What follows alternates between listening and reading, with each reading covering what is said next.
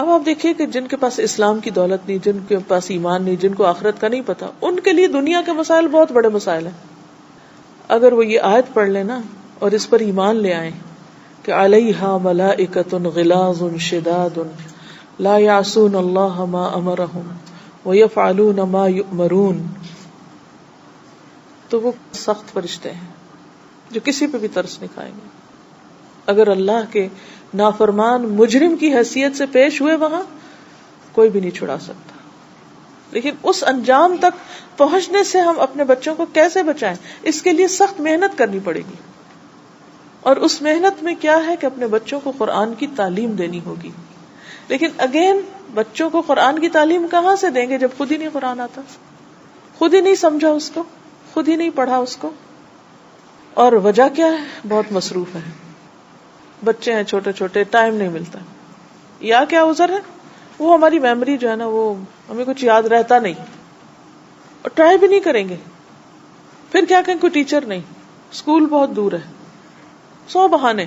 لیکن ان سارے بہانوں کے باوجود جن لوگوں نے کام کرنا تو وہ کر رہے ہوتے ہیں. بہت سی مائیں ہیں، سینکڑوں میں نہیں ہزاروں میں، جو الحمدللہ کلاسز میں بھی جاتی ہیں یا گھر پہ بیٹھ کے انٹرنیٹ کے ذریعے پڑھتی ہیں یا پھر کوئی بھی رستہ ڈھونڈ لیتی ہیں. جب تک آپ کے ہاتھ میں کتاب نہیں آئے گی، بچے بھی اس کتاب کو اہمیت نہیں دیں گے. اس کتاب کے ساتھ اپنی محبت ظاہر کیجیے، اس کتاب کو پڑھ کر روئیے.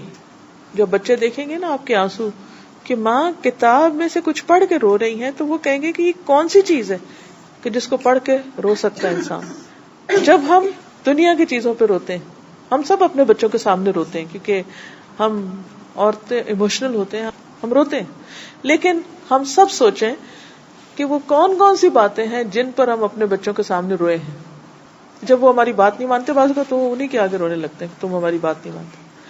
بعض اوقات شوہر کچھ کہہ دے تو ان کے سامنے ابا کی شکایت کرتے ہیں کہ تمہارے ابا نے یہ کہہ دیا، تو رونے لگتے ہیں. بعض اوقات کسی اور چیز پہ رونے لگتے ہیں، کوئی چوٹ لگ جائے، کوئی تکلیف ہو یا کچھ. اللہ کے ڈر سے کتنی دفعہ ہم سب روئے ہیں.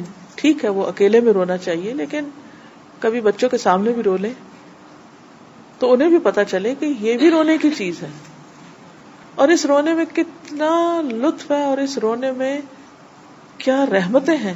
کہ وہ حدیث میں آتا ہے نا کہ اس آنکھ پر جہنم کی آگ حرام ہے جو اللہ کے ڈر سے روتی. ذکر اللہ خالیا ففاضت عیناہ، کہ تنہائی میں اللہ کو یاد کیا اور اس کی آنکھوں سے آنسو بہ پڑے. وہ اللہ کی یاد میں روتا ہے تو اللہ کی یاد میں روئے. پھر اسی طرح بچوں کو جب کوئی مسئلہ پیش آئے تو ہر چیز یہ نہ کہ میں ہوں نا، نہیں کہا کرے اللہ ہے نا، حل ہو جائے گا. ہم مائیں ان کو اپنا آپ ایسا دکھاتے ہیں کہ ہم تمہارے لیے انڈسپینسیبل ہیں، ان کو ایسے کنٹرول میں رکھتی ہیں کہ ساری زندگی یہی ظاہر کرتی ہیں کہ بس ہم ہیں تو تم ہو، ہم مر گئے تو پتہ نہیں تمہارے ساتھ کیا ہو جانا ہے. میں وہ پڑھ رہی تھی شیخ سعدی کے بارے میں. ایک تو شیخ سعدی وہ ہے نا جو فارسی کی کہانیاں جنہوں نے لکھی ہیں اور وہ مشہور.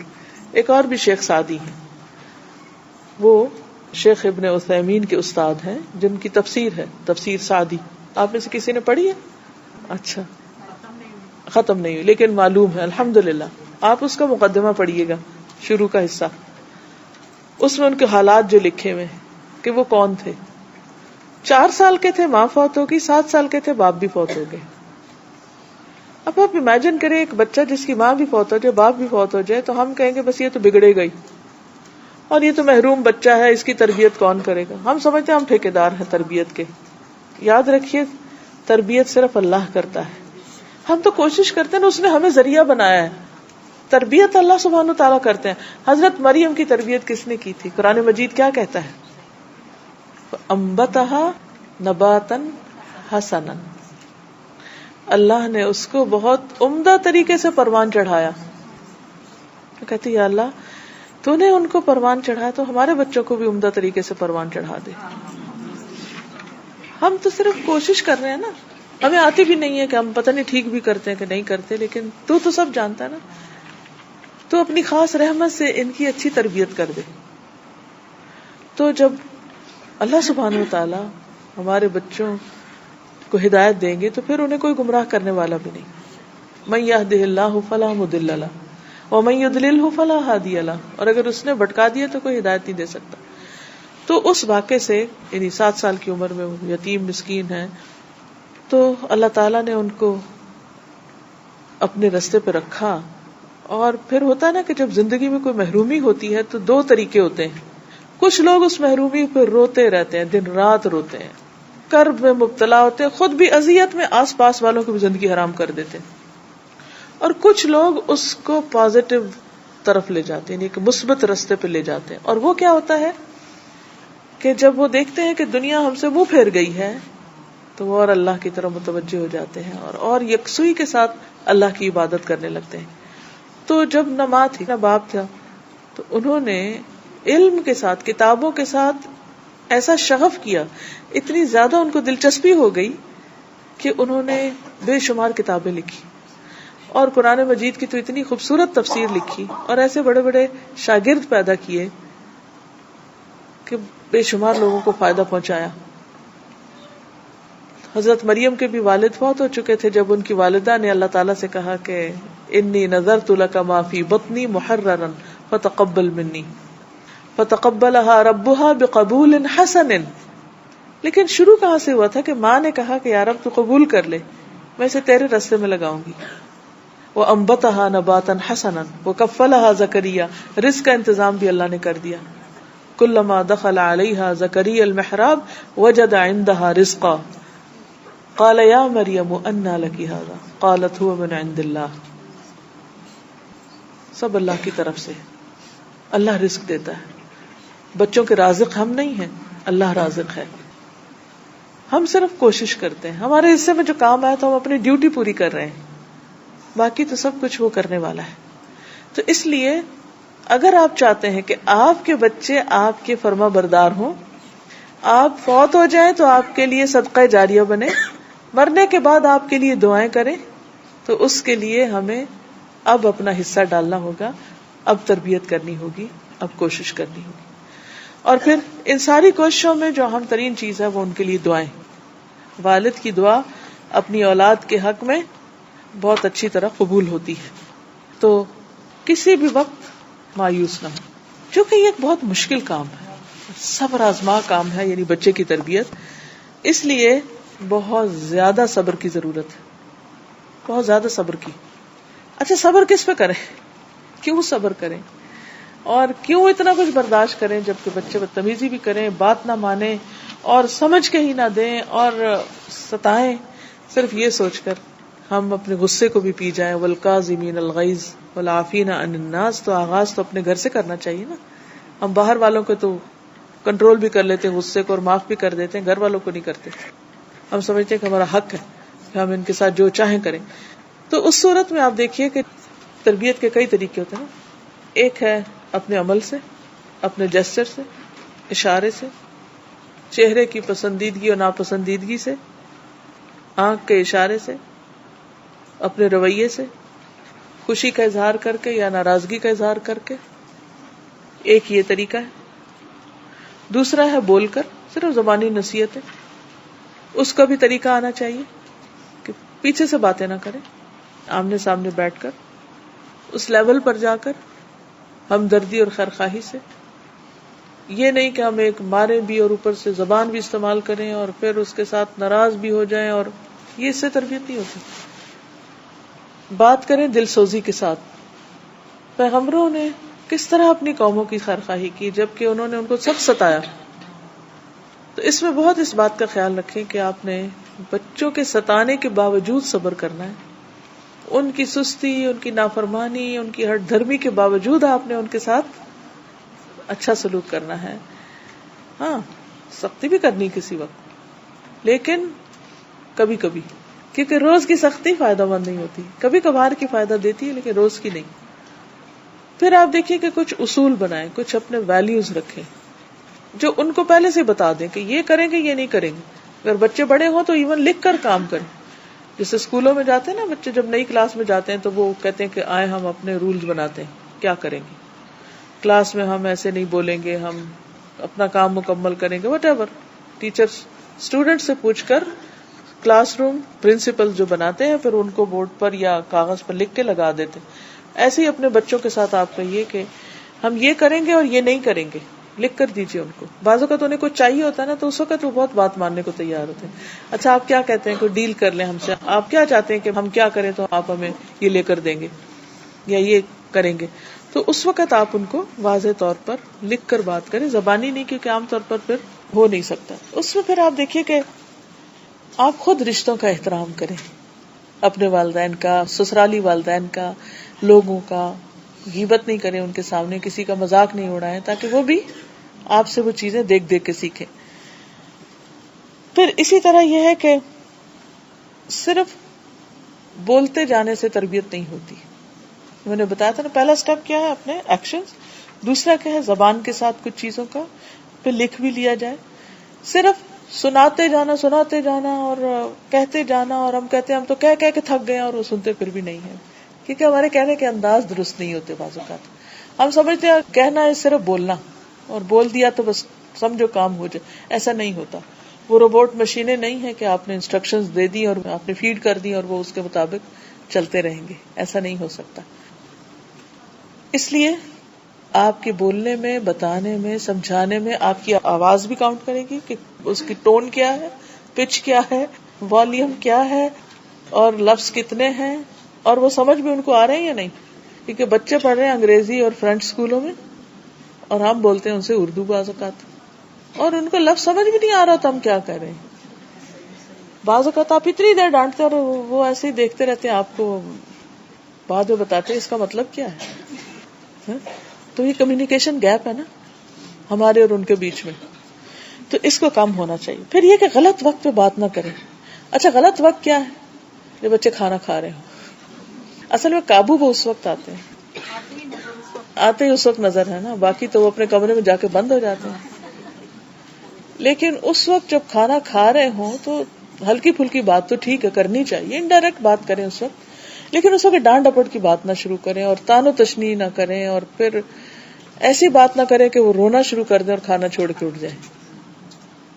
یہ زیادتی کی بات ہوگی, کیونکہ وہ وقت نصیحت کا نہیں ہے. جیسے نبی صلی اللہ علیہ وسلم نے مسجد میں پیشاب کرنے والے کو اس وقت روک دیا, کبھی اس کو کچھ نہ کہو, بعد میں اس کو سمجھایا. تو اس کے بعد آپ اس سے کہہ سکتے کہ اچھا تم کھانا کھا لو اور فلاں کام کر لو اور ایک اپوائنٹمنٹ بنا لے. اچھا 5 بج رہے ہیں, تم 5:30 تک آ جاؤ میرے پاس, میں نے کوئی ضروری بات کرنی ہے تم سے. بس پہلے ذہن میں ڈالیں, ذہن سازی کریں. اچھا چلے ٹھیک ہے, 5:30 ہو گئے, یاد دہانی کرا دیں, 5:30 ہو گئے, آؤ ذرا بیٹھیں. پھر اس کے بعد آپ بیٹھیں اور آپ پہلے سے نوٹ کر کے رکھیں کیا کیا کہنا ہے, اور پھر آپ بات کریں. اور ایک اور چیز یہ کہ ہم بہت گمان سے کام لیتے ہیں. بچے بعض اوقات اتنی بڑی غلطی کیے نہیں ہوتے, ہم ان کا نقطہ نظر سنتے ہی نہیں, اور آدھا جملہ اچک لیتے ہیں اور اسی پر ان کو سب غلطیاں چن کے ان کے اوپر مار دیتے ہیں کہ تم غلط ہو. بعد میں پتہ چلتا ہے بھئی ابھی تو کچھ اور بھی تھا آگے.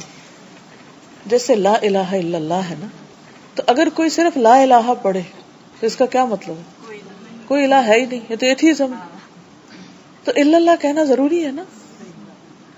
اب ہم پہلے کچھ چھوٹی سی چیز دیکھ لیتے ہیں, انہوں نے کچھ کیا, وجہ نہیں معلوم کرتے کیوں کیا, اور ہم ایک دم برسنا شروع کر دیتے ہیں, اور پھر وہ جب اپنا نقطہ نظر بتاتے ہیں تو پھر ہمیں شرمندگی ہوتی ہے کہ ہم پوری سن تو لیتے.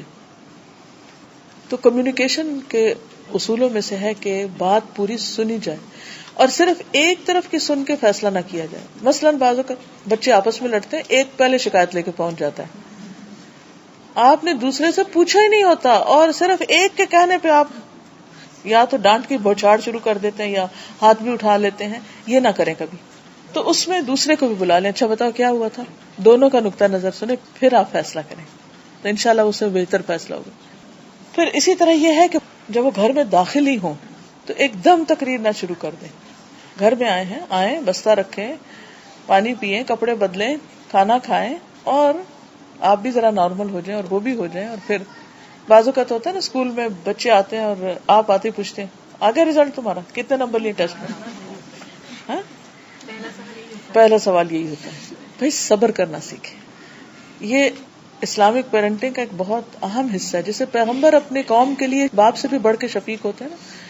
تو نبی صلی اللہ علیہ وسلم کی جو سیرت آپ پڑھیں تو جو انہوں نے اپنی قوم کی ہدایت کے لیے طریقے کیے تھے وہ آپ اپنے بچوں کی تربیت کے لیے ان اصولوں کو استعمال کریں انشاءاللہ، کیونکہ ادروائز بات گوانی ہو جاتی ہے نا.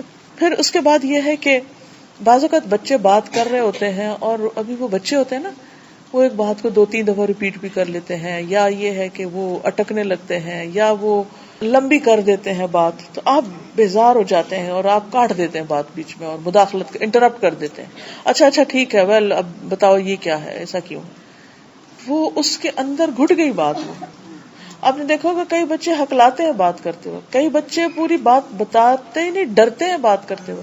ان کو یہ ہوتا ہے کہ پتہ نہیں کیا ہو جائے گا. اس کے پیچھے آپ دیکھیں کچھ وجوہات ہوتی ہیں، اور ان وجوہات میں ماں باپ نمبر 1 وجہ ہوتے ہیں جنہوں نے بچے کا کانفیڈینس شیٹر کیا ہوتا ہے، ختم کیا ہوتا ہے.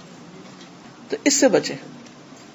پھر بعض اوقات تو ایسا ہوتا ہے کہ ہم خود ایسے مصروف ہوتے ہیں، الٹرا سپر مصروف، کہ ہم بچوں پہ توجہ ہی نہیں دیتے، اور بس جب ہمیں تھوڑی گلٹ ہوتی ہے کہ ہم نے بچوں کو توجہ نہیں دی تو پھر ہم خانہ پوری کرتے ہیں. بس اچھا ادھر آؤ، کیا کیا، کھانا کھا لیا تھا، اچھا وہ ہوم ورک بھی کر لیا تھا، اچھا یہ ہوا تھا وہ ہوا تھا. بس چیک لسٹ بنائی ہوئی ہے کچھ اپنے سوالوں کی، وہ پوری کر لی، پھر اس کے بعد کہا اچھا چلو جاؤ، اور خود بھی نکل کے گئی. یہ نہیں ہونا چاہیے.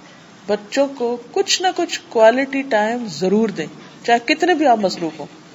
کیونکہ زیادہ پرابلم ہوتا ہے ان ماؤں کے ساتھ جو جاب کرتی، ان کے وہ بھی ذمہ داریاں ہوتی ہیں، پھر گھر کی ذمہ داریاں ہیں، پھر بچوں کے مسئلے ہیں، پھر وہ پوری طرح سمجھ ہی نہیں پاتے. آپ دیکھیے جس کے ساتھ ٹائم نہ گزارے اس کے مسئلے کہاں سے جانے.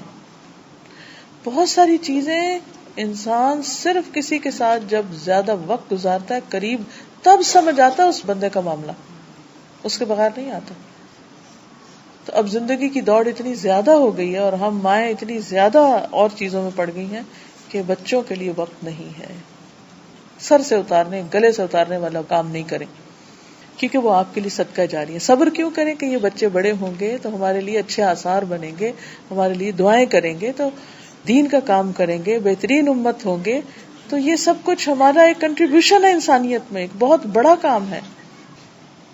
پھر اسی طرح یہ ہے کہ الزام تراشی سے بچیں.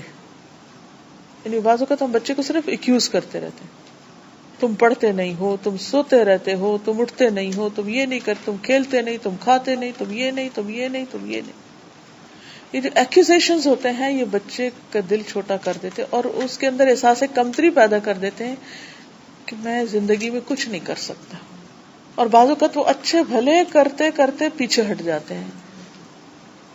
اس لیے کئی دفعہ بچے کہتے ہیں نا کبھی تو خوش بھی ہو جایا کریں کہ ہم نے کچھ کیا بھی تو ہے نا. آپ صرف یہ دیکھتے ہیں ہم نے کیا نہیں کیا، اور واقعی ہم یہی کرتے ہیں کہ کیا نہیں کیا اسی پہ نظر رکھتے ہیں. بعض اوقات ہم ایسی ایکسپیکٹیشنز ان سے رکھ بیٹھتے ہیں جو وہ بیچارے غریب پوری نہیں کر سکتے، اور بچوں سے کمپیئر کرتے رہتے ہیں. اور تمہاری خالہ کے بیٹے نے یہ کر دیا، اور چچا کا بیٹا وہاں پہنچ گیا، اور فلاں یہاں، اور تمہارا کلاس فیلو ایسا، اور تم تو ابھی کچھ بھی نہیں. اور پھر اگر گریڈز اچھے نہ آئے تو پھر تو خود بھی بے ہوش ہوتے ہیں اور ان کو بھی کرتے ہیں جیسے زندگی یہی ختم ہو گئی. دیکھیے بس ایک بچے نے 2 سال پڑھا ہے اور 2 گھنٹے میں اس کا جائزہ کہاں سے ہو سکتا ہے؟ یہ تو لک کی بات ہے. اگر اس کی پسند کے کوشچن آ گئے تو اس نے بہت اچھا اچیو کر لیا، اگر نہیں آئے تو وہ نہیں حاصل کر سکے گا جو آپ نے توقع رکھی ہو کہ A* ہی لے کر آئے. چلے پاس ہو گیا ٹھیک ہے، کچھ نے کچھ اور کرنا ہوگا. کیونکہ اصل چیز یہ کہ بچے اپنے شوق اور اپنی عقل استعمال کر کے نئے فیلڈز میں جائیں. ہم نے ان کے لیے خود ہی خانے مقرر کر دیے اور ان کو ٹارگٹ دے دیا کہ یہ بس تم نے اس خانے میں جا کے اوپر رکھ کے آنا ہے تو ہم سمجھیں گے تم کامیاب ہو، اور اگر تم نے کچھ اور کیا تو تم پھر کچھ نہیں کر سکتے. تو یہ چیز نہیں ہونی چاہیے. پھر اسی طرح یہ ہے کہ جیسے پہلے بھی میں نے عرض کیا تھا، دوبارہ ریمائنڈ کراؤں گی کہ چیخ چلا کے نہیں بات کرنی، کیونکہ اس سے طاقت تو بہت لگتی ہے مگر نتیجہ کم نکلتا ہے، اثر کم ہوتا ہے. پھر اسی طرح یہ ہے کہ جو ہمارا صبر ہے، اکثر مائیں ایسا کرتی ہیں لیکن ہم بعض اوقات بچوں پر آؤٹ آف دا وے جا کے احسان کرتے ہیں لیکن ان کی زندگی دوبر کر کے رکھ دیتے ہیں. خصوصاً جب سنگل پیرنٹس ہوتے ہیں اس میں ماں کی ایکسپیکٹیشنز بہت زیادہ بڑھ جاتی ہیں کہ میں نے باپ بن کے بھی پالا، میں نے ماں بن کے بھی پالا، میں نے یہ بھی دیا، میں نے یہ بھی دیا، اور تم نے کیا کیا. اگر ان کے ریزلٹ اچھے نہ آئے یا انہوں نے کوئی اور جو آپ نے چاہا وہ اچیو نہیں کیا، کوئی جاب نہیں ملی، کچھ نہیں، سارا الزام پھر ان کو دے دیتے ہیں اور ان کو ذہنی مریض بنا دیتے ہیں. یہ نہ کریں. ٹھیک ہے ان کو احساس دلائیں اور ان کو پھر انکریج کریں کہ دوبارہ کریں، ٹرائی اگین، لیکن ان کو لیٹ ڈاؤن نہیں کریں، کیونکہ جو بھی ہم ان پر احسان کرتے ہیں اس کے بدلے اللہ سبحانہ وتعالیٰ ہمارے لیے درجات لکھ لیتا ہے۔ وہ حدیث یاد ہوگی جو انس بن مالک نے روایت کیا کہ حضرت عائشہ رضی اللہ تعالیٰ عنہا کے پاس ایک عورت آئی جس کے ساتھ اس کے 2 بچے تھے، تو حضرت عائشہ سے اس نے کہا کہ میں بھوکی ہوں، بچے بھی بھوکے ہیں، کچھ کھانے کو چاہیے، کچھ مانگا تو حضرت عائشہ نے ایک ٹہنی نکالی جس کے ساتھ 3 کھجوریں تھیں، 3 لوگ تھے، انہوں نے تینوں کو دی، ماں نے ایک ایک کھجور دونوں بچوں کو دی، اور ایک جب خود کھانے لگی تو اتنی دیر میں بچے اپنی کھجوریں ختم کر چکے تھے، انہوں نے ماں کی طرف پھر دیکھا، صرف دیکھا، تو ماں نے منہ کی طرف لے جانے کی بجائے نکال کر اس کے 2 حصے کر کے پھر بچوں کو دے دیے۔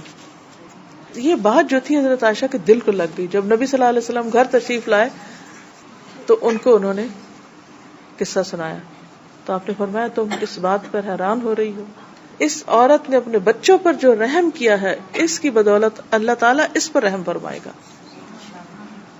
کرو مہربانی تم اہل زمین پر، خدا مہربان ہوگا عرش بری پر۔ جو اہل زمین سے ہم سمجھتے ہیں وہ پتہ نہیں کہاں کے لوگ، کوئی دوسرے کہیں رہتے ہیں، نہیں، ہمارے اپنے ہی بچے ہماری رحمت کے سب سے پہلے مستحق ہیں، اور ان کے ساتھ اگر ہم احسان کریں تو اس کا صلہ ہے کہ توقع اللہ سے رکھیں۔ پھر صحیح مسلم کی روایت میں آتا ہے کہ آپ نے فرمایا کہ اللہ نے اس کی وجہ سے اس عورت کے لیے جنت لکھ دی اور آگ سے اس کو نجات دی، اپنے بچوں پر رحم کرنے کی وجہ سے۔ تو میں ان ماؤں کو یہ کہنا چاہوں گی کہ جو اکیلے میں بچوں کو پال رہی ہیں، کہ باپ فوت ہو گیا یا چھوڑ کے چلا گیا یا کوئی اور مسئلہ ہو گیا یا دوسرے ملک میں ہے یا کچھ بھی، تو ڈبل ذمہ داری آ گئی، آپ اپنی جان مار رہے ہیں، کما کے بھی دے رہے ہیں، ہر طرح سے مسئلہ حل کر رہے ہیں، لیکن اس کو گنوائیں نہ، صرف رو رو کے مت گنوائیں، زبان سے ایسی باتیں نہ نکالیں کہ جس سے اجر مارا جائے۔ اللہ نے آپ کو یہ بچے دیے اور آپ کے اوپر ذمہ داری ڈال دی کہ شوہر لے لیا، فوت ہو گیا، کچھ بھی ہو گیا، اور آپ یتیم بچوں کی کفالت کر رہی ہیں، یہ بہت بڑی نیکی ہے۔ جب وہ پڑھتے نا کہ جس گھر میں یتیم ہوتا ہے اور وہ اس کے سر پہ ہاتھ رکھے تو ہر بال کے بدلے اس کے لیے بخشش اور نیکیاں اور سب، یہ عموماً ہم سمجھتے ہیں شاید یہ کسی غیر کے بچے کو، یتیم کو بلا کے سر پہ ہاتھ پھیریں گے یا اس کو کچھ دیں گے۔ جب اپنے گھر میں یعنی کہ ایک عورت کا شوہر فوت ہو جاتا ہے تو وہ بچے بھی یتیم ہیں، اور جب وہ ان یتیموں کی پرورش کر رہی ہے تو اس کے لیے بھی ویسا ہی اجر ہے جو کسی یتیم کی دیکھ بھال کرنے کے لیے لگا ہوتا ہے، بھاگ دوڑ کر رہا ہوتا ہے۔ اور وہ نبی صلی اللہ علیہ وسلم کے بالکل قریب ہوں گے قیامت کے دن، جو یتیموں اور بیواؤں کے لیے بھاگ دوڑ کر رہے ہیں۔ تو اس لیے کبھی دل چھوٹا نہ کریں کہ اللہ میں تیرے فیصلے پہ راضی ہوں، تو نے مجھے اس آزمائش کے لیے چنا، میں تیرے فیصلے پہ راضی، میں کوئی شکوہ نہیں کروں گی، اور اللہ مجھے توفیق دینا کہ میرے منہ سے کوئی ایسی بات نہ نکلے، اگر تو نے مجھ پر یہ ذمہ داری ڈالی تو میں آسان طریقے سے اس کو نبھاؤں گی۔ دل تنگ نہ ہونے دے، ہمت اور حوصلے سے کام لیں، کیونکہ یہ وقت بہت جلد گزر جائے گا اور آپ کا اجر محفوظ ہو جائے گا اللہ کے ہاں۔ اس اجر پر نظر رکھیں کہ اگر اللہ تعالیٰ اس کے بدلے مجھے جنت دے دے جہاں ہمیشہ کی خوشیاں، اور وہاں شوہر کو بھی ملا دے گا اور عزیزوں اور رشتہ داروں کو بھی، تو کیا ہے، چند دن کی بات ہے۔ اور آپ کو معلوم ہے قیامت کے دن انسان جب دنیا کے اس گزرے ہوئے وقت کے بارے میں سوچے گا تو کہے گا لم یلبثوا الا عشیۃ او ضحاھا، صبح یا شام کا ایک پہر تھا یہ ساری زندگی، اور بہت تھوڑا ہم اس دنیا میں ٹھہرے۔ آخرت جو کہ ان لمیٹڈ ہے، اس کے مقابلے میں لمیٹڈ نمبر دنیا ہے ہی کیا، کچھ بھی نہیں ہے، کچھ بھی نہیں، ایک ذرے کے برابر نہیں ہے دنیا آخرت کے مقابلے میں۔ تو بڑے سے بڑا غم چھوٹا ہو جاتا ہے اگر انسان کی سوچ بدل جائے اور اس چیز کو جو مسئلہ بنایا میں نے اس کو چھوٹا کر دے کہ اس تکلیف کے اٹھانے پر میرے لیے اجر ہے۔ اللہ نے اگر یہاں محروم کیا کسی چیز سے تو اللہ تعالیٰ کا وعدہ ہے کہ جو انسان صبر اور شکر کرے گا اللہ تعالیٰ اس کے بدلے میں اس کو بہترین اجر عطا فرمائے گا۔ للذین احسنوا فی ہذہ الدنیا حسنہ، جن لوگوں نے احسان کیا، اچھے کام کیے، ان کے لیے اس دنیا میں بھی بھلائی ہے۔ ایسا نہیں کہ صرف آخرت میں، اللہ تعالیٰ دنیا میں بھی آپ کو خوشیاں دکھائے گا، یہ اللہ کا وعدہ ہے۔ بس ابھی ہمارا وقت ہے کہ ہم احسان کا رویہ اختیار کرتے چلے جائیں۔ تو چلیے، باتیں تو بہت زیادہ ہیں اور اس پر کافی ڈیٹیل میں نے ریسنٹلی سکھایا ہے، تو انشاءاللہ تعالیٰ اس سے آپ کو یقیناً فائدہ پہنچے گا، اور چھوٹی چھوٹی اور ٹپس بھی ملیں گی کہ کس طرح ہم نے اپنے بچوں کی تربیت کرنی ہے۔ کیونکہ جب کوئی ڈیوٹی ملتی ہے، جیسے دنیا میں بھی جب کوئی جاب آپ کو ملتی ہے تو آپ کو سکلز آنے چاہیے نا اس کے، تبھی آپ اس میں زیادہ بہتر کام کر سکتے ہیں اور آسانی سے بھی کر سکتے ہیں۔ تو جب آپ ماں بن جاتے ہیں نا، بس پھر یہ علم حاصل کرنا فرض کے درجے میں آ جاتا ہے، کیونکہ اب آپ ماں بن چکے ہیں تو آپ کو اب یہ سیکھنا ہوگا. ہم بچیوں کی بھی جب شادی کرتے ہیں انہیں بہت کچھ سکھاتے ہیں. بعض لوگ فنیشنگ اسکول تک بھیجتے ہیں، ہر طرح کے ایٹیکیٹس، مینرز، تیاری طرح طرح کی، لیکن کیا نہیں سکھاتے کہ انہوں نے ایک مسلمان ماں کیسے بننا اور اسلامک پیرنٹنگ کیسے کرنی. تو اس کے لیے مسلسل سیکھنے کی ضرورت ہے، کیونکہ ایک تو سچویشنز چینج ہوتی چلی جاتی ہیں، دوسرا یہ کہ دنیا کے حالات بہت تیزی کے ساتھ بدل رہے ہیں. بہت سی چیزیں اپنی اصل جگہ سے شفٹ ہو رہی ہیں. جو چیزیں پہلے پاور کا سمبل ہوتی تھی وہ اپنی جگہ چھوڑ رہی ہیں، وہ اور جگہوں پر منتقل ہو رہی ہیں. پھر یہ کہ تعلیم اور تربیت میں پہلے صرف والدین ہوتے تھے یا خاندان ہوتا تھا، اب آپ دیکھیں کہ اسکول ہے، اور اسکول کے بعد آپ دیکھیں کہ جو میڈیا ہے، انٹرنیٹ ہے، اور بہت سی چیزیں. کتنا بھی آپ ان سے چھڑا کے رکھیں، وہ جو ہی گلی میں نکلیں گے نا تو دوسرے بچے سے بہت کچھ سیکھ کے آ جائیں گے. آپ اس کو آئسولیٹ کر کے کسی جگہ پہ نہیں پال سکتے. اس کو ایکسپٹ کر لیں کہ آپ ایسی جگہ پر ہیں جہاں آس پاس ہر وقت پولوشن ہے، گرد و غبار ہے. آپ اپنے بچوں کی امیونٹی کو اسٹرانگ کریں، ان کے اندر ایمان کو مضبوط کریں تاکہ وہ ان ساری چیزوں کا مقابلہ کر سکیں، اور وہ آپ کی کوالٹی ٹائم، آپ کی شفقت، آپ کی محبت، آپ کی کیئر، اور خود آپ کی اپنی لرننگ کے ساتھ ہوگا. جتنی آپ محنت کریں گے انشاءاللہ اتنا آپ مزید ان کو بھی دیتے چلے جائیں گے. خود گرو کریں، زیادہ بڑا سایہ دار درخت بنے تاکہ آپ کی چھاؤں میں وہ زیادہ فائدہ اٹھا سکیں انشاءاللہ تعالی. وآخر دعوانا الحمدللہ رب العالمین. اگر آپ کے پاس کچھ سوال ہوں یا کچھ ایڈیشن آپ کرنا چاہیں تو موسٹ ویلکم. وہ سسٹر بتا رہی ہے کہ اس کی پوڈ کاسٹ بھی بن چکی ہے، ہم اور ہمارے بچے کی پوڈ کاسٹ جو ہے آئی فون کے لیے ہوتی ہے. اگر آپ اس پہ جا کے آئی ٹیون اسٹور کے اوپر میرا نام ٹائپ کریں تو اس پہ آپ چلے جائیں، پھر اس سے آگے مزید آپ کو مل جائیں گے چیزیں. ٹھیک ہے انشاءاللہ. یہ جو آپ نے فون کرنے کے لیے رکھے ہوئے ہیں نا، یہ آئی فونز رکھے ہوئے ہیں، یہ میرے آگے کئی ایک پڑے ہوئے ہیں، تو اس سے صرف فون نہ کیا کریں، بہت مہنگی چیز ہے. فون کرنے کے لیے تو کچھ بھی آپ استعمال کر سکتے ہیں. اس میں آپ بے شمار چیزیں ڈاؤن لوڈ کر سکتے ہیں جس کے ساتھ آپ اپنے کچن میں، سرہانے کے پاس، ڈرائیونگ کرتے وقت، کہیں بھی، کیونکہ چھوٹی سی چیز ہے نا، تو اس کے اندر تو بہت کچھ سما سکتا ہے. بس ایک صرف بٹن کلک کرنے کی دیر ہوتی ہے اور اس کو کر کے تو پاس رکھ لیں اور اپنا کام کرتے چلے جائیں. کیونکہ لیپ ٹاپ بھاری مشکل ہوتے ہیں یا ٹیپ ریکارڈر اور بہت کچھ، یہ تو بہت چھوٹی سی چیز ہے لیکن بہت پاورفل ٹول ہے، تو اس سے فائدہ اٹھائیں. ٹھیک ہے جی، آپ فرمائیے. بیٹیاں ہوتی ہیں، ہاں، اب مطلب ہم بطور ماں جیسے بیٹیوں کو چھوٹی ایج پہ تو ہم نماز کی، قرآن کی، باقی چیزوں کی مطلب تربیت دینا چاہیے ہمیں. تو آگے کے لیے جیسے بڑی ایج کے لیے کہ بھائی بڑے ہو کے تم یہ کرنا، یا مطلب لڑکوں سے اس طرح ڈسٹینس رکھنا، یا شادی ہوتی، یہ چیز کس ایج سے ان کو بتائیں؟ کیونکہ بچپن سے. ہمیں تو نہیں پتا. جی، کیا جیسے لوگ کہتے ہیں نا، ارے نہیں ابھی چھوٹی ہے، ابھی شادی کے بعد والی باتیں کہ آگے ایسے بہیو کرنا، وہ نہ بتا. اس میں آپ دیکھیے کہ آپ فار لائف بچے کو تیار کریں، صرف شادی کے لیے نہیں، صرف جاب کے لیے نہیں، صرف کسی چیز کے لیے. جو اخلاق ہے اور جو بیسک ویلیوز ہیں، یعنی کہ ایک لڑکی کی حیثیت سے جیسے اس کے اندر حیا کی کوالٹی ڈالنے کی ضرورت ہے، تو وہ صرف شادی کے بعد کے لیے، جوانی کے لیے نہیں، وہ بچپن سے ہی اس کی ٹریننگ اس طرح کریں کہ اللہ تعالیٰ نے کس طرح مرد اور عورت کو الگ الگ پیدا کیا ہے اور کیسے کیسے آپ کو لڑکیوں کے ساتھ کھیلنا ہے، لڑکوں کے ساتھ ڈسٹینس کس طرح رکھنا ہے. تو عمر کے ساتھ ساتھ دوسری بات یہ کہ آپ دیکھیں گے بچے خود بہت سوال کرتے ہیں. بچوں کے سوالوں کو ڈسکریج نہ کریں. بچہ بولنا ہی سیکھتے تو آپ یقین کریں کہ بعض بچے تو اس قدر سوال کرتے ہیں کہ مائیں جو ہیں وہ ہر وقت چپ ہی کراتی ہیں، چپ کرو، بس کرو، ہر وقت پوچھتے ہیں. اس کو ڈسکریج نہیں کریں. تو اس سے آپ کو بچے کی نیڈز پتہ چلتی جائیں گی کہ اب بچہ کیا سوچ رہا ہے. بچہ جو سوچ رہا ہے وہ آپ کو پتا ہونا چاہیے. آپ انکریج کریں. بعض مائیں کیا کرتی ہیں، بچہ کچھ بولتا ہے تو ہنس پڑتی ہیں آگے سے. یہ انتہائی غلط بات ہے. اگر منہ سے غلط لفظ نکل گئے یا کچھ ہوا اور آپ ہنس پڑے تو اس کا مطلب یہ ہے کہ بچہ شرمندگی محسوس کرے گا اور آئندہ وہ بات آپ سے نہیں کرے گا. اپنا سوچئے بچپن میں کوئی واقعہ کہ جب آپ نے کوئی سلی کوسچن کیا اور آپ کی خالہ یا کوئی بڑا آپ کے اوپر ہنس پڑا کہ اچھا تمہیں یہ بھی نہیں پتا، اور اس کے بعد پھر آپ دوبارہ نہیں خالہ کے پاس گئے کچھ پوچھنے کے لیے، تو وہ تجربہ نہیں دہرائیے. ٹھیک ہے جی. وعلیکم السلام. کہ بچوں کو باقاعدہ قرآن کی تفسیر کس عمر سے سکھانا چاہیے، اور دوسری بات یہ کہ آپ خود جب تفسیر کرتی ہیں تو کس طرح مطالعہ کرتی ہیں، اور اگر ہمیں صرف کسی ایک تفسیر کا مطالعہ کرنا ہو، اتنا وقت ہو کہ صرف ایک تفسیر کا مطالعہ کریں درس قرآن سے پہلے، تو وہ کس تفسیر کو پریفر کریں اردو میں؟ اوکے، ان کے سارے سوال تفسیر سے متعلق ہیں کہ جیسے بچوں کو کس عمر سے تفسیر سکھائیں. اس میں آپ دیکھیے کہ ہر بچے کا ذہنی لیول فرق ہوتا ہے. جیسے میرے 4 بچے ہیں تو ہر ایک کے لیے ایک ڈفرنٹ طریقہ رکھنا پڑا، ہر ایک کو ایک طریقہ جو ہے وہ نہیں کام آیا. لیکن مجھے یہ یاد ہے کہ جیسے میری پہلی بیٹی تھی تو جب میں نے اس کو ناظرہ قرآن پاک شروع کرایا تو 30ویں پارے سے کرایا. تو 30ویں پارے میں جو سورت وہ پڑھتی جاتی تھی تو ہلکا سا میں اس کو بتا دیتی. مجھے اچھی طرح یاد ہے کہ جیسے سورت الغاشیہ جب میں پڑھا رہی تھی، هل اتاک حدیث الغاشیہ، تو اب وہ بچہ کئی دفعہ پڑھ رہا ہے هل اتاک حدیث الغاشیہ، اور اگر آپ کو پتا ہے کہ اس کا مطلب کیا ہے، قرآن کہہ رہا ہے کیا آئی تمہارے پاس خبر غاشیہ کی، قیامت کی خبر آ چکی، اور سوال ہو رہا ہے اور ہم کہ نہیں پتا، اور ہم غافل ہو کے ادھر ادھر کی باتیں کر رہے ہوں.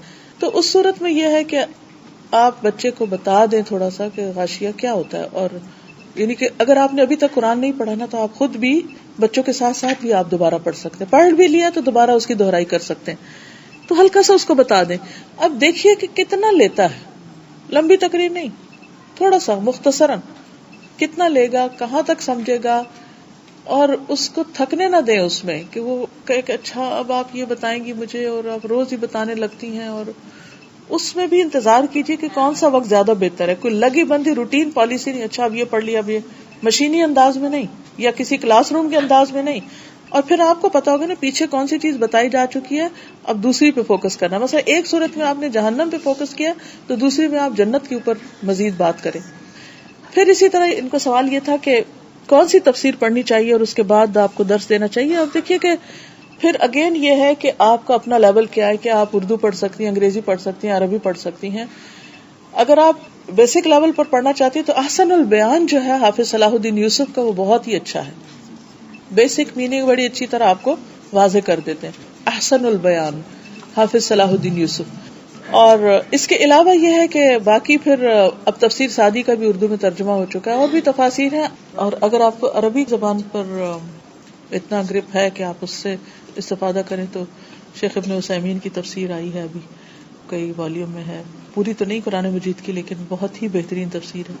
اسی طرح اور بھی ہیں، تفسیر ابن کثیر ہے، تو انگلش میں بھی تفسیر ابن کثیر کا ترجمہ ہو چکا. ترجمے کے لحاظ سے صحیح انٹرنیشنل جو ہے انگلش میں وہ بیسٹ ہے. یعنی اگر آپ اپنے بچوں کو پڑھانا چاہیں جن کو اردو زیادہ نہیں آتی تو صحیح انٹرنیشنل جو ہے بہت کلوز ہے عربی سے. جی آپ فرمائیے. اوکے، الحمد للہ. لیکن سم ٹائم میں کچن میں ہوتی تو آواز آ رہی ہوتی، بچے کہہ رہے تھے ہم یہاں سے آتے پڑھنا، ان کو بتا رہے ہوتے. یس تو اس وقت تو ہر کچھ نہیں کر پاتی. بعد میں بھی ہوتا ہے تم کہتے ماما ہم نے اسکول سے کہتے یہ ہوا تو کیا میں ان کے ساتھ بیٹھ کے قرآن پڑھ سکتی ہوں ہمارے ساتھ؟ تو آپ پڑھ سکتے ہیں، بچے اگر ساتھ بیٹھے تو آپ بھی ایک طرف ہو جائے. ڈسپلن ہوگا مجھے خود تجربہ. جی، اور دوسرا یہ ہے کہ اگر آپ دیکھیں کہ بچے ایسا کر رہے ہیں تو بچوں کے سامنے نہیں لیکن الگ سے اگر ممکن ہو تو آپ کے شوہر یا آپ قاری صاحب کو بتا دیں کہ آپ ان کی بات پہ نہ جائیں، آپ نے جو اپنا کام جتنا کرنا ہے وہ کرتے رہیں. جی میں ماؤں کے تعلق سے ضروری نہیں ہے کہ ہر انسان کو سب کچھ ہو جائے. کسی کو پہلے حالات آتے ہیں، کسی کو زندگی میں بعد میں آتے ہیں. اکثر ماؤں کو جو زندگی میں پہلے شادی سے پہلے اپنے ماؤں کے گھر میں جو چیز نہیں ملتی ہے، جب شادی کے بعد یہاں پر اکثر ہوتا ہے کہ آ جاتے ہیں تو وہ الحمدللہ وہ سارے فیسلٹیز ہم کو مل جاتے ہیں. اس کے باوجود ہم اپنے بچوں کو وہ چیز سے دور رکھنے کی کوشش کیوں کرتے ہیں؟ اور کیسے وہ کرنا چاہیے کہ ہم اپنے بچوں کو یہ کہتے ہیں کہ ہم اس چیز کی آپ کو عادت نہیں ڈالنا چاہتے کیونکہ ہم نے زندگی میں بہت دیکھ چکے ہیں ایسے برے حالات. اب الحمدللہ اس کے باوجود اپنے بچوں کو دینے کے لیے تھوڑا سا وہ پیچھے ہٹتے ہیں. یعنی کیا دینے کے لیے؟ کوئی بھی چیز کی فیسلٹیز ہے، آرامی کی چیزیں ہیں. دیکھیے ان سب چیزوں میں زندگی میں جتنی بھی نعمتیں ہوں آپ کے پاس پھر بھی ایک حد کے اندر ہی خرچ کریں. یہ ایک بہت اہم نقطہ ہے، یاد رکھیے. اگر آپ کو اللہ اپنی رحمت فضل سے ملینئر بھی بنا دیتا ہے تو بھی اسراف نہیں. ضرورت کے اندر خرچ کریں، اور جو مال اللہ نے آپ کو دیا ہے اس سے آپ اپنی آخرت کے لیے مزید کچھ بنائیں. کیونکہ عموماً یہ ہوتا ہے کہ ہم بچوں کو اتنی زیادہ فیسلٹیز دے دیتے ہیں اور بعض اوقات اتنی ناروا ان کی باتیں ماننے لگتے ہیں کہ جس سے ان کے مزاج بگڑ جاتے ہیں. اور پھر آئندہ اگر زندگی میں انہیں وہ سب کچھ نہ ملے، کیونکہ کب تک ہم ان کو دے سکتے ہیں، اللہ ہی رازق ہے، اللہ نے ہر ایک کا رزق الگ لکھا ہے، تو پھر ان کے لیے بعض اوقات زندگی گزارنا مشکل ہو جاتا ہے.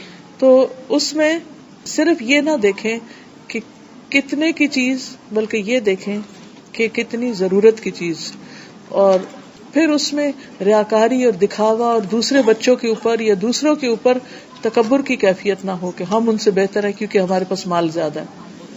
جی آپ فرمائیے. میرا سوال یہ کہ بعض دفعہ ہم بچوں کو بولتے ہیں کہ نماز پڑھو، اور بچے کہتے ہیں ہاں ہم نے پڑھ لی، لیکن اندر سے شبہ ہوتا ہے کہ پتہ نہیں انہوں نے پڑھی ہے یا نہیں. اس کے لیے آپ شک نہ کریں کیونکہ جب بچوں پر اعتماد نہ کیا جائے. دیکھیے ایک چیز زندگی میں ریلیشن شپ میں بہت اہم اصول ہے ٹرسٹ سے بہت ساری چیزیں آسان ہو جاتی ہیں. جب ٹرسٹ ختم ہو جائے تو ہر چیز بے مزہ ہو جاتی ہے. تو اس ٹرسٹ کو نقصان نہیں پہنچنا چاہیے. شک نہ کریں، اور شک آ جائے تو تجسس نہ کریں، کیونکہ اللہ نے تجسس سے منع کیا ہے نا، کیونکہ تجسس بھی حرام ہے. اب یہ ہے کہ اس حد تک آپ ضرور دیکھ لیں کہ مثلا آپ کو شک گزر رہا ہے تو اپنے شک کو دور کرنے کے لیے آپ کوئی کراس کوشچن کر سکتے ہیں تاکہ آپ کا شک دور ہو جائے. لیکن ہمیشہ شک رہنے نہ دیں. مثلا یہ ہے کہ بچے کو کہا نماز پڑھو تو اس نے کہا میں نے پڑھ لی، تو آپ اس سے پوچھ سکتے ہیں کہ کہاں پڑھی ہے، تو پتہ چل جائے گا. اور اگر آپ کو تحقیق کرنے پہ پتہ چلا کہ اس نے پڑھی کوئی نہیں، تو اس کا مطلب ہے کہ اس جھوٹ کی اصلاح کی ضرورت ہے. یہاں نماز سے پہلے سچ سکھانے کی ضرورت ہے. اور اب وہ بھی اسی وقت نہیں کھڑے کھڑے آپ سکھائیں گے. اب آپ کو پتا چل گیا کہ یہ خامی اس پہ ورک کر رہا ہے. اب آپ کسی اور وقت میں کسی اور طریقے سے مختلف مواقع کا انتظار کرتے، سچویشن کے مطابق آپ کیا کریں کہ بچے کو یہ بتائیں کہ جھوٹ کتنی بڑی چیز ہے، کتنی سخت نقصان دہ چیز ہے. تو انشاءاللہ تعالیٰ اگر اس کو یہ پتا چل گیا، سچ بولنا آ گیا، تو بہت سی چیزیں اپنی جگہ پر خود ہی آنا شروع ہو جائیں گی. ایک سوال یہ ہے کہ بچے صدقہ جاری ہوتے ہیں، جن عورتوں کے بچے نہ ہو تو ان کے لیے کیا ہے؟ کیونکہ ایسی عورتوں کو لوگ کہتے ہیں کہ یہ بدقسمت ہیں اور بانجھ ہیں اور یعنی برا بھلا کہتے ہیں. دیکھیے حضرت عائشہ رضی اللہ تعالی عنہا نے اپنا صدقہ جاریہ کیا بنایا تھا. حضرت عائشہ نے کیا کیا تھا؟ کئی 100 یتیم بچوں کو پالا تھا.